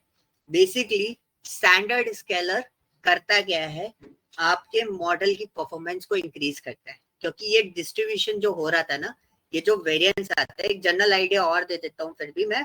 मिनिमम वैल्यू मेरी 0 है, मैक्सिमम वैल्यू 67 है BMI के अंदर। तो अभी क्या हो रहा था कि इन दोनों में वेरिएशन बहुत ज्यादा है। अगर आप देखोगे एक वैल्यू बिल्कुल डाउन है, एक वैल्यू बिल्कुल अप है। तो मैंने इनको नॉर्मलाइज किया है यहाँ पर by the formula of standard scaler, ठीक है। इसको नॉर्मलाइज करने से क्या हुआ कि मेरा जो डेटा है ना, डिस्ट्रीब्यूशन जो था मेरे डेटा का, वो एक स्केलिंग फॉर्मेट पे आ गया, -4 to 4 के बीच में, 4.4 के बीच में, 4.5 मान लेता हूँ। इससे ज्यादा मेरा वेरिएशन नहीं जा रहा इसके अंदर। तो इसका स्टैंडर्ड डेविएशन भी बेटर होगा। अगर हम इसका एक स्टैंडर्ड डेविएशन भी कैलकुलेट कर दें इसी डेटा का, तो एक बार मैं स्टैंडर्ड डेविएशन निकाल देता हूँ। उसका स्टैंडर्ड डेविएशन वो आ रहा था कितना, देखो इसका स्टैंडर्ड डेविएशन कितना आ रहा है, 1 आ रहा है। So there is no variation. यहाँ पे आपका डेटा ज्यादा स्प्रेड नहीं हो रहा, बट आप नॉर्मली अपने डेटा को नॉर्मली यहाँ पे देखोगे तो यहाँ पे आपका डेटा ज्यादातर स्प्रेड हो रहा है। क्लियर? तो स्टैंडर्ड स्केलर जो हम लोग परफॉर्म करते हैं, वो किस लिए परफॉर्म करते हैं, ताकि हमारा डेटा जो है वो एक नॉर्मल डिस्ट्रीब्यूशन में आ जाए, ज्यादा स्प्रेडिंग मोड पे ना जाए, ठीक है। और इसके बेनिफिट्स क्या होते हैं, एक तो आउटलायर जो होते हैं वो रिलेटिवली आपके उनकी प्रेजेंस भी रहती है आउटलायर की, मिनिमम एंड मैक्सिमम स्केलिंग के बेसिस पे, और वो हमारे डेटा से आउट नहीं होते। दूसरा, आपका मॉडल का परफॉर्मेंस इंक्रीज हो जाता है इसके थ्रू, ज्यादा वेरिएशन नहीं होगा तो आपका मॉडल का परफॉर्मेंस इससे ज्यादा बेटर रहेगा। ओके, सो स्टैंडर्ड स्केलर जो है वो हम इसलिए यूज करते हैं और इसलिए हमें इसकी जरूरत पड़ती है। तो हमारे पास इसमें वेरिएशन ज्यादा था, that's why we perform this one. क्योंकि हमारे उस, अगर मैं स्टैंडर्ड स्केलर परफॉर्म नहीं करता तो मेरे मॉडल का स्कोर जो है वो फ्लक्चुएट हो सकता था, इसलिए मेरे को एक नॉर्मलाइज फॉर्म में उसको लेके आना पड़ा। अब हम आते हैं स्केलर मॉडल, जो हमारा स्प्लिट करने का फॉर्मेट होता है, हमने उसको स्प्लिट कर दिया नॉर्मली, ठीक है। इसको आप अलग अलग फॉर्मेट पर भी स्प्लिट कर सकते हो। ये हमारा डेटा रैंडमली स्प्लिट हुआ है, ठीक है। रैंडमली 10 स्टेट मैंने दिया है। ये स्टेट होती है कि कितने पार्ट्स में आपको उसको स्प्लिट करना है। तो ये जो स्प्लिटिंग करेगा एक रैंडम फॉर्मेट में स्प्लिट करेगा, यूनिफॉर्म फॉर्मेट में स्प्लिट करता है। ऐसे नहीं करता कि फॉर एग्जाम्पल ऊपर का डेटा उठा लिया, नीचे का डेटा ट्रेनिंग में डाल दिया, ऊपर का डेटा उसमें डाल दिया। रैंडम स्टेट का मतलब हो गया बाय डिफॉल्ट भी रैंडम स्टेट 0 होती है इसकी, तो अगर आप रैंडम स्टेट बढ़ा भी देते हो तो उससे कोई दिक्कत नहीं होती। तो ये क्या करेगा, रैंडमली टोटल 10 का डेटा, मतलब पूरे डेटा में से सपोज मैंने एक बात कर ली कि आपने 2 ऊपर से उठाए, 2 बीच में से उठाए, 2 नीचे से उठाए, फिर 2 ऊपर से, फिर 2 बीच में से, 2 नीचे से, ऐसे ही रैंडमली डेटा को आपने स्प्लिट किया है। तो इसमें किसी भी फॉर्मेट पे ऐसा नहीं होगा कि बायस्ड फॉर्मेट पे चला जाएगा कि ऊपर के सारे 10 लोग एक्स में जाएंगे, नीचे के सारे बच्चे होंगे 20 लोग वाई में जाएंगे। ये फॉर्मेट नहीं होगा, वो रैंडमली स्प्लिट हुआ है। ठीक है, तो वाई का टोटल काउंट आउटपुट जो है वो ये आ रहा है। एक्स का भी टोटल काउंट आउटपुट आप देख सकते हो नॉर्मली 5, वैसे नॉर्मली आप देखोगे तो 5 इतना आपका नॉर्मली निकल रहा है। तो वाई का टोटल काउंट इतना आ रहा है और वाई टेस्ट का टोटल काउंट इतना आ रहा है। तो यहाँ पे वेरिएशन थोड़ा सा डाउन हो गया, 50% का तो वेरिएशन रहेगा, है ना। ओके सर ये तो मेथड हाँ जी, जो आपने रैंडम यूज किया है, रैंडम स्टेट, हाँ इसके आगे 10 का क्या मतलब है? तो 10 क्या इंडिकेट मैं कर? आपको बता देता हूँ। जैसे ये आपके पास डेटा है, ठीक है, ये सारा डेटा है। अभी क्या हुआ कि मेरे को किसी ने बोला कि इसको आपको स्प्लिट करना है, 20% अलग, 30% अलग, 20% अलग। मैंने इतना उठाया, मेरे को स्प्लिट करने के लिए बोला, मैंने इधर डाल दिया। ठीक है, जस्ट कॉपी किया, इसको ले लेते भाई।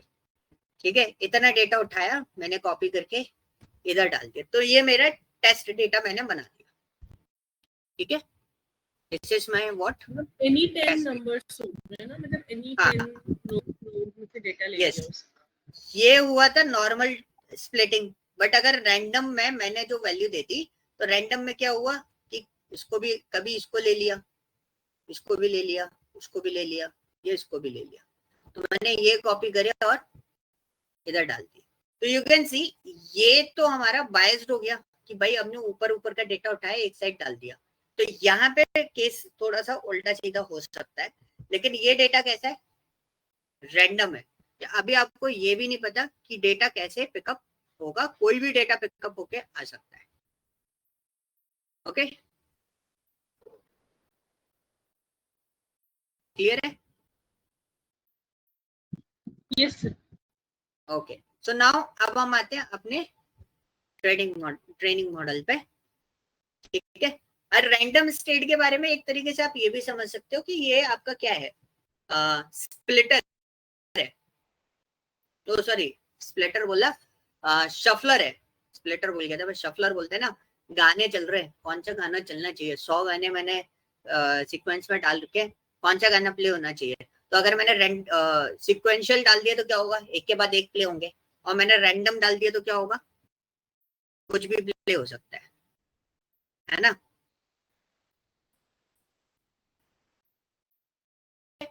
अब हमारे पास यहाँ पे मॉडल लेके आते हैं। यहाँ पे हमारे पास एक सिलेक्शन मॉडल होता है जिसको हम बोलते हैं क्रॉस वेल स्कोर। इसका एक्चुअल नेम होता है क्रॉस वैलिडेशन।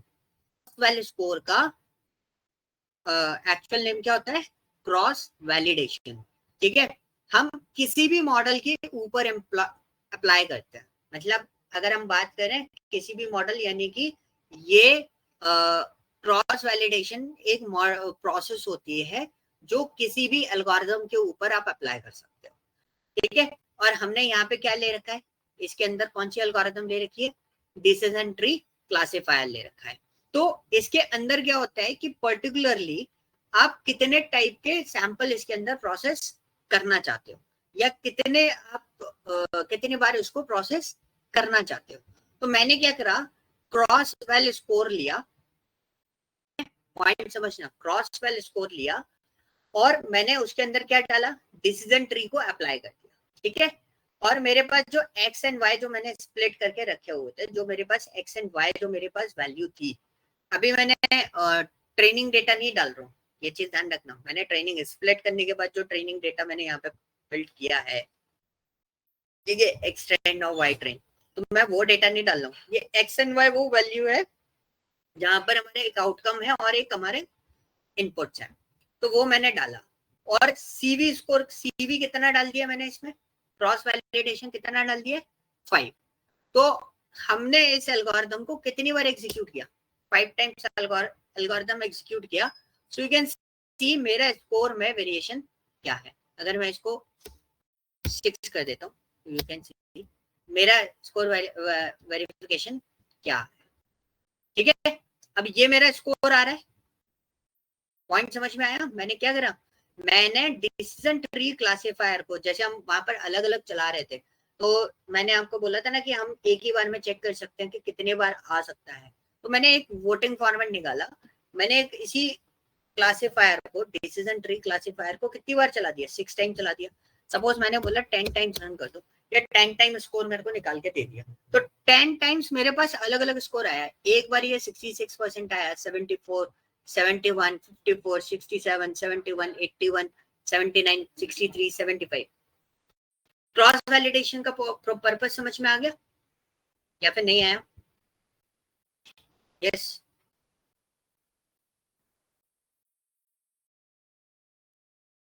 ठीक है ना। मेरे पास एक पूरा डेटा है, मैंने आपको कोई बात बोली या मैंने आपको डेटा दिया, मैंने आपको बोला कि 5 बार बनाओ। तो ऐसा होता है ना, हमें स्कूल में दे दिया जाता था एक आंसर है, एक सॉल्यूशन है मैथमेटिक्स का, तो सॉल्यूशन हमें बोल दिया 5 टाइम्स परफॉर्म करो, इसको कॉपी पर 5 बार लिख के लेके आना, 5 बार सॉल्व करके देखना। तो 5 बार सॉल्व करने में कई बार ऐसा होता है कि हमारे पास ये डेटा, एक बार हमने रिजॉल्व करा, 60% सॉल्व हो पाया हमसे प्रोग्राम, एक बार हमसे 81% सॉल्व हो पाया, एक बार हमसे 50% ही सॉल्व हो पाया। तो ये एक वैलिडेशन बन गया। तो इसका स्कोर जो आया, इतनी बार जो स्कोर आया उसका मैंने एक ना वो निकाला मीन, और मीन निकालने के बाद मेरे पास आया कि 70% चांसेस है कि आप उस पर्टिकुलर पार्ट को क्लासिफाई कर पाओगे। ठीक है, on the basis of this I am not sure, but इनके बेसिस पे हम जो है डिसीजन ले सकते हैं कि 70% चांसेस है कि आप इसके जो आपका जो आउटपुट है वो आपका 70% चांसेस दे रहा है कि आपका स्कोर, यानी कि आपका जो मॉडल है वो चल पाएगा प्रॉपर तरीके से। ठीक है, you can also use the random forest, you can also use the logistic regression, आप इसमें मॉडल चेंज कर करके देख सकते हैं। ठीक है, अब हमारा पार्ट आता है बैगिंग के लिए। अब हमारा बैगिंग एल्गोरिथम हम लोग अप्लाई कर रहे हैं। तो बैगिंग एल्गोरिथम आपको क्या करना है, sklearn.ensemble लर्निंग वाला पार्ट जो है, ensemble इसको लेना है। उसके अंदर आपके पास होता है बैगिंग क्लासिफायर। बैगिंग क्लासिफायर में कुछ चीजें इंपॉर्टेंट होती हैं, क्या क्या चीजें आपके पास अवेलेबल है वो मैं आपको बता देता हूँ। तो बैगिंग में जब आप इसका मॉडल ट्रेन करोगे, ठीक है, जब आप इसका मॉडल ट्रेन करोगे तो मॉडल के अंदर आपके पास क्या क्या चीजें अवेलेबल है।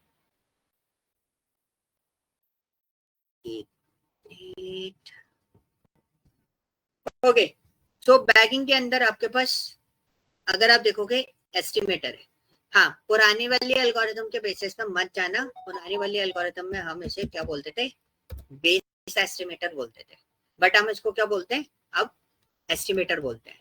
मतलब आप कौन सा एल्गोरिथम, यानी कि कौन सा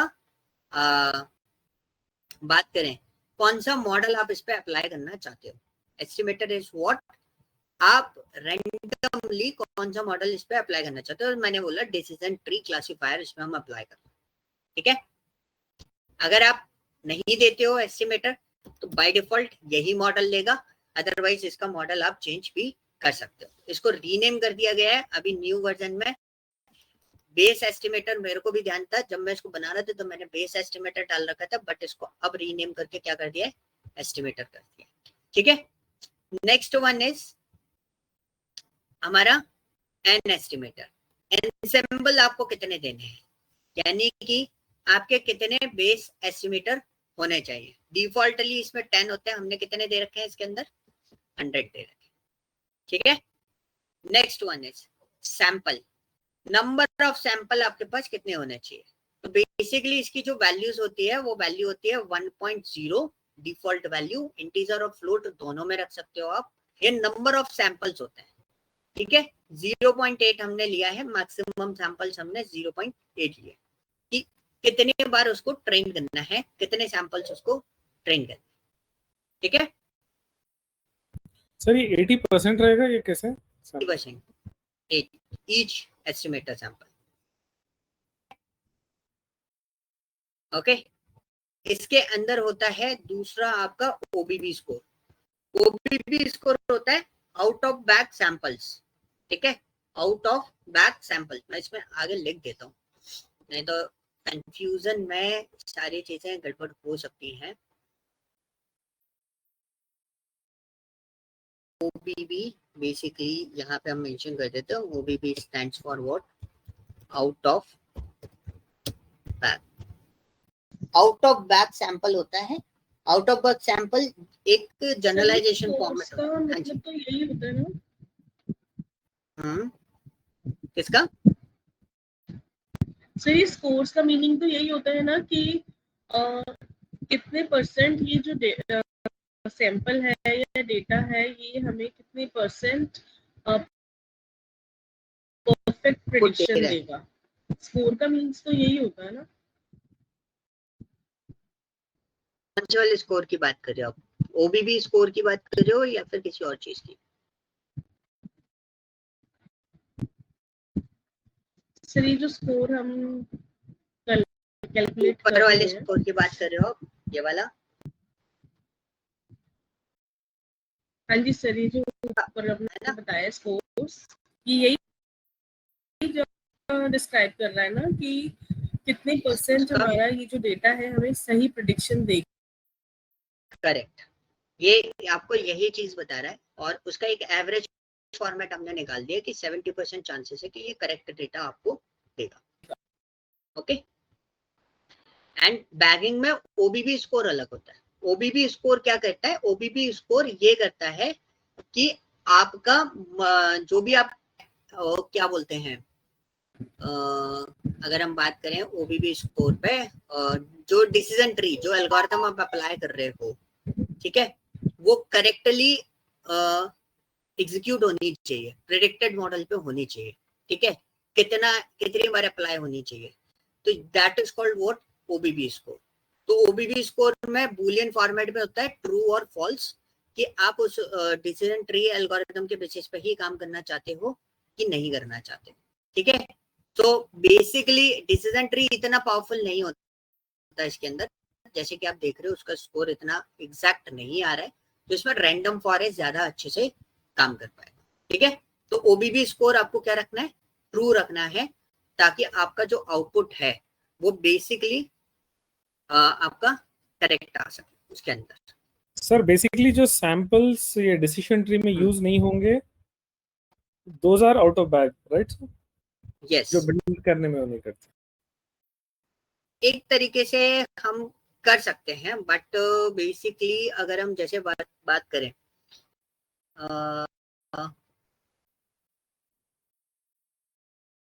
के बेसिस पे, इसके लिए एक एग्जांपल, मतलब मैं फिगर ढूंढ रहा हूँ कि कोई फिगर मिल जाए. ओबीबी स्कोर का एक फिगर देख लेते हैं.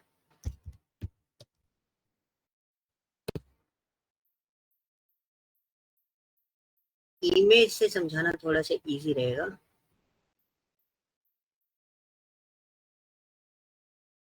ये मैंने एक बार टेबल समझाई थी आपको, जैसे कि अगर आपने वो देखा हो, मैंने कौन सी टेबल, क्रॉस नाम भूल गया, कंफ्यूजन मैट्रिक्स वाला फॉर्मेट जो मैंने आपको समझाया था, राइट? तो ये एक तरीके से ओबीबी स्कोर फॉर्मेट पे आप इसको देख सकते हो. मतलब अगर मैं बात करूं कितने रैंडम फॉरेस्ट ट्री क्रिएट होंगे, ठीक है, कितने रैंडम फॉरेस्ट ट्री क्रिएट होंगे, कितने ट्रीज के अंदर बनने चाहिए. So that is called what? OBB score. मतलब आप ट्रू फॉर्मेट पे रखोगे कि आपका एक ओबीबी स्कोर जो है वो आपका इंक्रीज होना चाहिए. तो बेसिकली आप इसको भी ले सकते हो. ये एक अच्छा एग्जांपल है. Medium is the good website, जहां पर आपको इनके जो फॉर्मेट्स हैं वो आपको पता चल जाएंगे, और जो चीजें आपके आउट ऑफ द बॉक्स जाती है वो सारी चीजें आपके ट्रेनिंग फॉर्मेट पे चले जाए. इसका मैं एक एग्जांपल ढूंढ लूंगा, हालांकि मैंने इस पर इतना कॉन्सेंट्रेट नहीं किया था ताकि मैं आपको ओबीबी स्कोर बहुत अच्छे से बता पाऊँ. बट कल का जो हमारा क्लास होगा मैं उसमें आपको बता दूंगा. मतलब एक तरीके से जो आपने एक फॉर्मेट बोला था, एक वर्ड यहाँ पे मैंने पढ़ा लीकेज वाला, तो वो लीकेज वाला डेटा जो आउट ऑफ द बैग जो जा रहा है, तो वो वाले डेटा भी हमारे ट्रेनिंग फॉर्मेट में आ जाए। एक एग्जाम्पल आप इसको ले सकते हो। बाकी एक बार है ना, मैं इसको पूरे तरीके से इसका एक एग्जाम्पल ले आऊंगा। एक जैसे इसमें एक एग्जाम्पल मैंने बैगिंग के लिए दिया, वैसे इसके लिए एक एग्जाम्पल ले, ठीक है।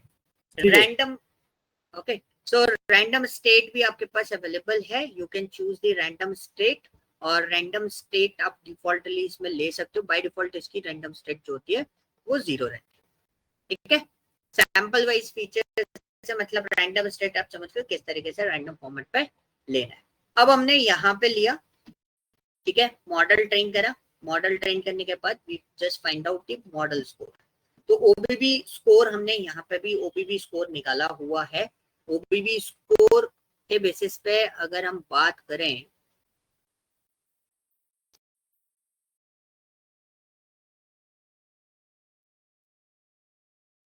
एरर नहीं है, मतलब अगर मैं बात करूं ओबीबी स्कोर बाहर नहीं जा रहा है, तो एक रैंडम स्टेट आउटपुट आपका बेहतरीन आ सकता है, मतलब अच्छे तरीके से आपको आइडिया लग सकता है इसके अंदर। बट इसका प्रेडिक्शन मॉडल तो फिर भी डिजाइन करना पड़ेगा।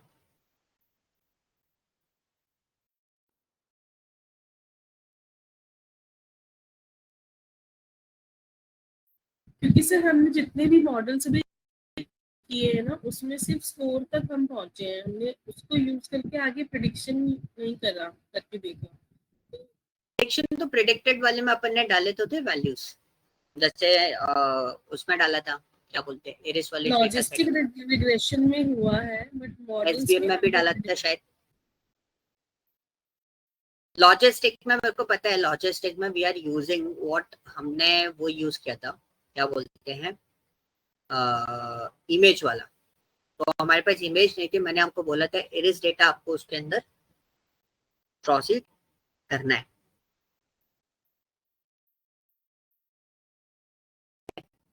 अच्छा, इसके बाद सर सिर्फ यही लिखना होता है ना, मॉडल डॉट प्रेडिक्ट।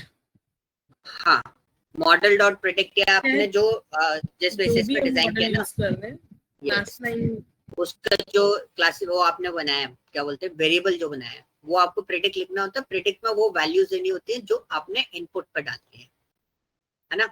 जो आप इनपुट पर डालोगे उसके बेसिस पे वो आपको एक आउटपुट निकाल के देगा, ठीक है।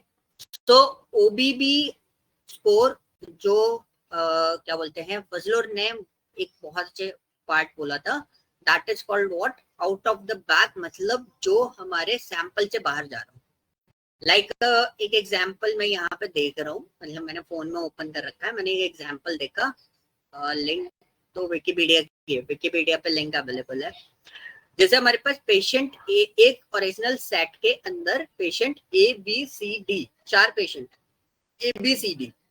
तो बूटस्ट्रैप सैंपल जो है, मतलब मेरा जो सैंपल ले रहा है, वो सैंपल 2 बार ए को ले लिया, 2 बार सी को ले लिया, लेकिन मेरे पास दो जो है, 2 पार्ट जो है, 2 पेशेंट जो है वो आउट ऑफ द बैग है। कौन कौन से, बी और डी, क्योंकि ए और सी को तो मैंने सैंपल में ले लिया, और बी और डी मेरे आउट ऑफ द बैग जा रहे हैं। तो ये क्या करेगा, ये जो सैंपल, आपके जो सैंपल डेटा है उसके आउट ऑफ द बैग जो जा रहे होंगे उनको भी कंसिडर करता है, ठीक है। तो ये क्रॉस वैलिडेशन में उसको भी कंसिडर करके आपको मॉडल स्कोर करके बताएगा, ठीक है।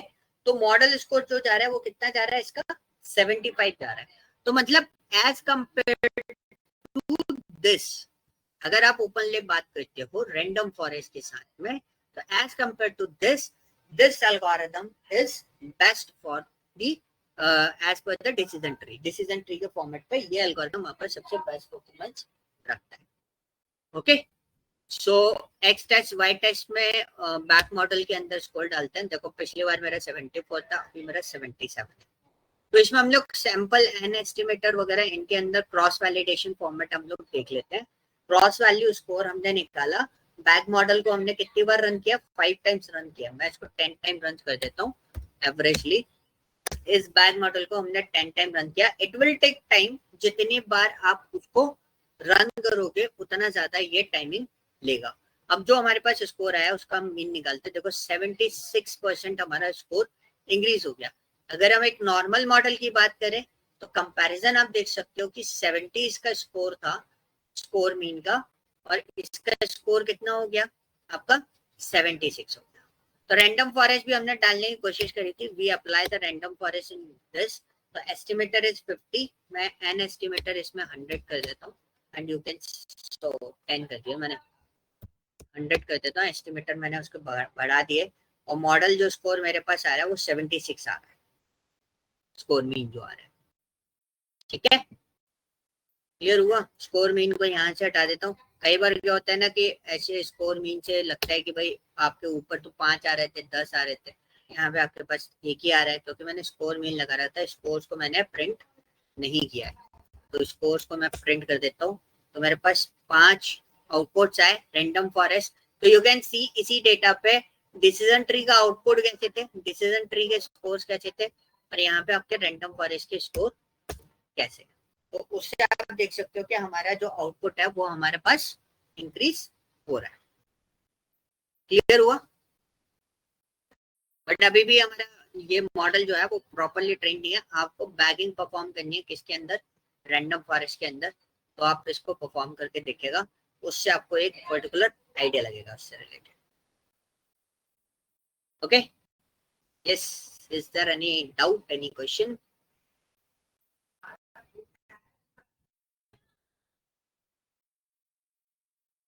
हेलो,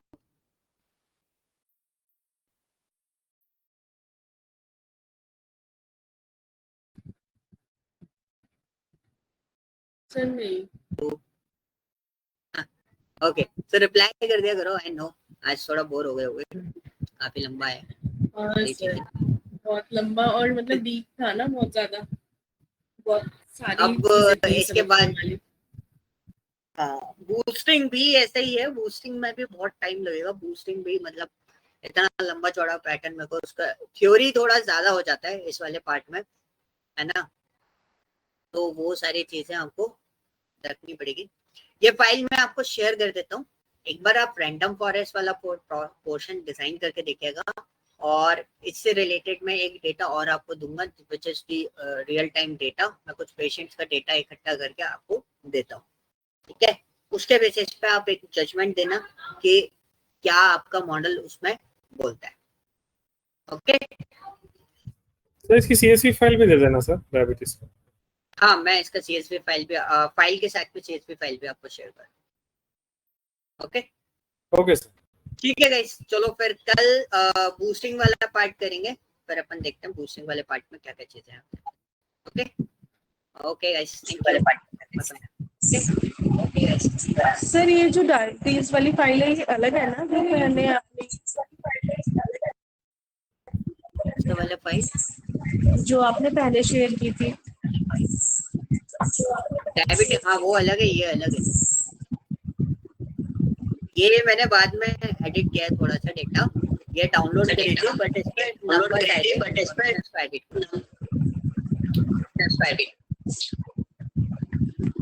ओके, तो अलग और से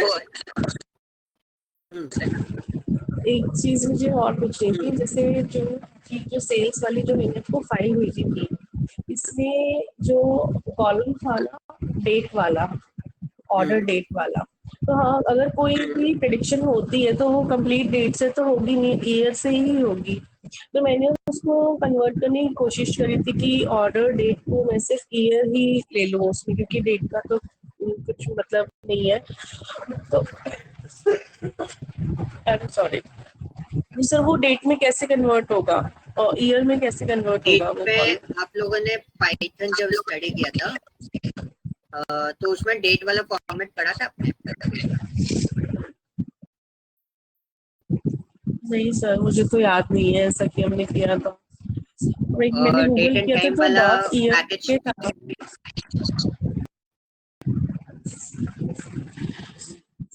नहीं सर, मुझे नहीं याद है कि हमने किया है। तो उसका मैं ना आपको बता दूंगा एक बार, है ना। पैंडास में भी ऑप्शन होता है डेट एंड टाइम का, बट मैं उसको रिकमेंड नहीं करता कभी किसी को, because it's little bit complicated as compare to direct format. तो मैं आपको दोनों फॉर्मेट्स आपको बता दूंगा at the end of the machine learning, ठीक है? ठीक है सर। इसके एल्गोरिथम कंप्लीट होने के बाद आप बस कहीं नोट डाउन करके रख लीजिएगा। जैसे आप मेरे को एक दिन पहले मेरे को बता देना, तो मैं उसका पूरा जो डॉक्यूमेंट है वो बना लूंगा। तो मैं उसमें बता दूंगा आपको कैसे कैसे एक्सट्रैक्ट करना होता है, कैसे मॉडिफाई करना होता है। ओके, ठीक है अभी अगर दिक्कत आ रहा है तो आप एक्सेल में फॉर्मूला लगा के उसके अंदर कॉलम डिजाइन कर लेना। जैसे मंथ वाइज अगर आपको जाना है तो उसमें आप फॉर्मूला लगा के एक्सेल में एडिट कर लेना। ठीक है सर। ठीक है, चलो फिर कल मिलते हैं, कल अपन इसको आगे प्रोसेस करेंगे। Thank you. Okay, thank you sir.